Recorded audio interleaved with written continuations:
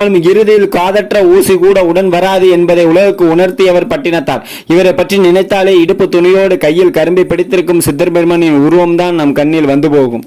காவி பூம்பட்டின வணிகர்கள் நிறைந்த பகுதி. அங்கு வாழ்ந்த பெரும் வணிகரான சிவனேசர் மற்றும் யானக்கலை தம்பதிக்கு ஒரு ஆண் குழந்தை பிறந்தது. அந்த தம்பதியை திருவன்காடு ஈசனின் மீது மிகுந்த பக்தி கொண்டவர்கள் என்பதால் தங்கள் பிள்ளைகளுக்கு சுவேதன பெருமான் என்று பெயரிட்டனர். பின்னர் திருவன்காடார் என்று அழைத்தனர். பிறந்த முதலே செல்வ செழிப்பில் வளர்ந்தவர் திருவன்காடார். உரிய பருவத்தில் சிவகலை என்ற பெண்ணை திருமணம் செய்தார். முன்னதாக அவரது சகோதரிக்கும் திருமணம் முடிந்திருந்தது. திருவன்காடர் சிவகலை தம்பதிக்கு குழந்தை பேர் இல்லை.